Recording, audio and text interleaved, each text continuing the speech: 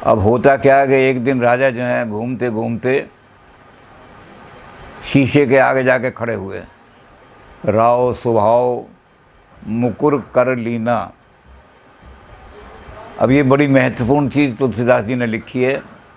तुलसी की रामायण, तुलसी के रामचरितमानस में और वाल्मीकि के रामायण में, दोनों में सबसे ये बड़ी बात है कि रावण के पास बड़े बड़े महल हैं, सोने की दीवारें हैं, चांदी के कलश हैं, लेकिन मिरर नहीं है, मुंह देखने वाला, मुकुर नहीं है। और राजा दशरथ जो थे उनका स्वभाव था ये, उनकी नेचर में था कि मुकुर देखते थे, शीशा देखते थे। क्यों देखते थे? वही देखते थे कि अगर मेरे मुंह पर कहीं कालिख लगी हुई है या मेरे ऊपर कोई धब्बा लग गया है कहीं, तो मैं उसको नहीं देख सकता। और मंत्रियों से अगर पूछूंगा तो मंत्री तो सारे खुशामदी होते हैं, वो तो जी हजूरी करने वाले होते हैं, वो मेरी बुराई मुझे क्यों बताएंगे। तो वो खुद जा कर के शीशा दे। शीशा सिर्फ दशरथ के पास है, रावण के पास नहीं है। और इसलिए तुलसीदास जी ने कहा कि जब रामायण लिखनी शुरू करेंगे तो श्री गुरु चरण सरोज रज निज मन मुकर सुधार। अपने मन का जो शीशा है पहले उसको साफ़ करूँगा मैं, और उसको साफ़ करने के लिए गुरु के चरणों की रज जो है उससे उनको मालिश करूँगा। क्योंकि अगर मेरा मन का मुकर शीशा ही ठीक नहीं है तो मुझे अपने दोष पता नहीं लगेंगे। अपने दोष सिर्फ शीशे में ही देखे जा सकते हैं, आँख नहीं देख सकती मुंह के ऊपर कोई भी दोष हो। तो राजा दशरथ जो थे वो जानते थे कि कोई मंत्री भी हमारी कमी कहीं नहीं बताएगा। उनको ये रहेगा कहीं मैंने राजा की कमी बताई तो नौकरी से ही ना निकाल दे मुझे। तो वो तो ये कहेंगे हाँ जी बहुत अच्छा है, बहुत अच्छा है। तो इसलिए स्वयं वो हर चीज़ का पड़ताल किया करते थे, अपने आप देखते थे सारा कि कैसा चल रहा है। तो राय सुभाय मुकुर कर लीना, बदन संवार मुकुट सम कीना।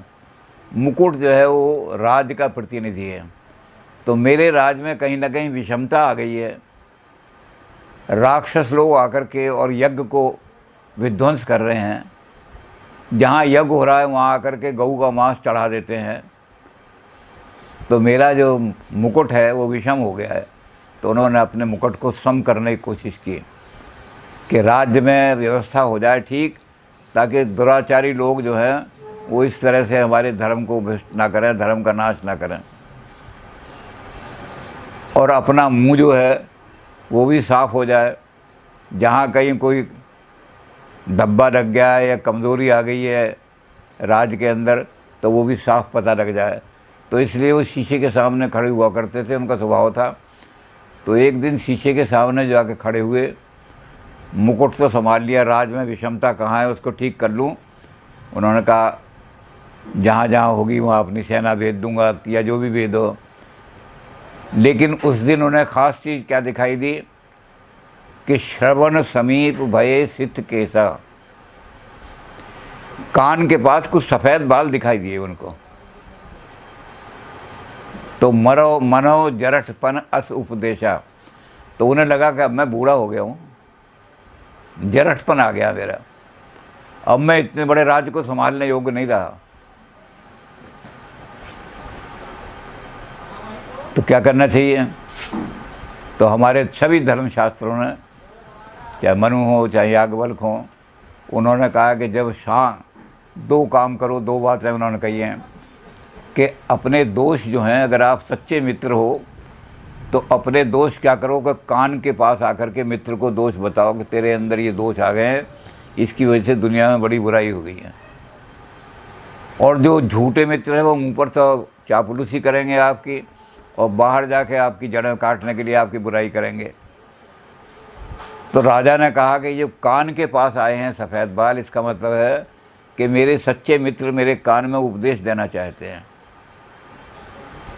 श्रवण समीप, कान के बिल्कुल पास आ गए हैं ये बाल, और ये बाल जो हैं मुझे उपदेश देना चाहते हैं, क्योंकि सच्चा दोष जो है कान में बताएगा दोष, वो बाहर घूम के आएगा, सारी पब्लिक में वो आपके बारे में राय जानेगा और कहेगा जी पब्लिक में आपकी बुराई हो रही है बड़ी, फला फला काम जो है आपने गलत कर दिया, तो वो उपदेश देगा। और बाहर जाकर तो गुण बताएगा वो, तो बाहर जा कर के कि हमारे दोस्त में ये गुण है हमारे। तो राजा दशरथ को लगा कि मेरे जो श्रवण समीप जो से हैं ये कान के पास आके मुझे उपदेश दे रहे हैं। और क्या उपदेश दे रहे हैं कि अब तुम्हारा जरठपन आ गया, बुढ़ापा आ गया, अब तुम्हारे अंदर इतनी शक्ति नहीं रही। तो राजा सोचने लगे भाई बुढ़ापे का क्या करें। तो उन्होंने कहा अब राम को युवराज बना दो, अब राम के हाथ में सौंप दो। अब इसमें थोड़ा सा अंतर है। मनु तो ये कहते हैं कि जब कान के पास जब आदमी के बाल सफ़ेद हो जाए तो घर की चाबी अपने बहू बेटे को दे करके, राजकाज का काम उनके हाथ में दे करके, और अपने आदमी को वानप्रस्थ ले लेना चाहिए। तपस्या करो, पूजा करो, पाठ करो। लेकिन याज्ञवल्क्य इसमें थोड़ा सा, क्योंकि याज्ञवल्क्य जो थे उन्होंने दूरदर्शिता से ही देखा कि कलयुग के अंदर तो आदमी जो हैं वो छोटी उम्र में ही बाल सफ़ेद हो जाएंगे आदमियों के। तो उन्होंने याज्ञवल्क्य ने अपने आई व्यवस्था दी कि जब पुत्र का पुत्र पैदा हो जाए, जब पुत्र के आगे पुत्र हो जाए पैदा, तब ये सारे घर की चाबी पुत्र को दे करके और अपने आपको वानप्रस्थ या संन्यास ले लेना चाहिए।